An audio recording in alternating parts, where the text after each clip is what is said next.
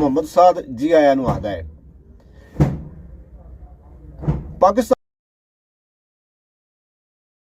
ਦਿੱਤਾ ਗਿਆ है ਤੇ ਭਲਕੇ 8 ਫਰਵਰੀ 2024 ਨੂੰ पूरे मुल्क ਵਿੱਚ आम ਚੋਣਾਂ ਹੋਣ ਜਾ ਰਹੀਆਂ ਨੇ ਤੇ ਇਸ ਸਿਲਸਿਲੇ ਵਿੱਚ ਅਸੀਂ ਤੁਹਾਡੇ ਨਾਲ ਜੁੜੇ ਰਵਾਂਗੇ ਤੇ ਤੁਸੀਂ ਵੀ ਸਾਡੇ ਨਾਲ ਜੁੜੇ ਰਹੀਓ। ਭਲਕੇ ਰਾਤੀ ਇਨਸ਼ਾਅੱਲਾ ਜਿਹੜਾ ਨਾ ਤਕਰੀਬਨ ਕੋਈ 8-8:30 ਵਜੇ ਨਾਲ ਤੁਹਾਡੇ ਨਾਲ ਲਾਈਵ ਹੋਵਾਂਗੇ। ਦਿਹਾੜੀ ਤੁਹਾਨੂੰ ਆਪਣਾ ਸਾਰੀ ਸੂਰਤ ਹਾਲ ਵਿਖਾਉਂਦੇ ਰਵਾਂਗੇ ਨਾਲ ਤੇ ਕੱਲ 8:30 ਤੋਂ 9 ਵਜੇ ਤੱਕ ਰਾਤੀ ਜਿਹੜਾ ਨਾ ਅੱਲਾ ਹੈ ਰੱਖੀ ਤੇ ਆਨਲਾਈਨ ਹੋ ਜਾਂਦੇ ਸੀ ਲਾਈਵ ਤੁਹਾਡੇ ਨਾਲ ਗੱਪਸ਼ਪ ਲਾਉਂਦੇ।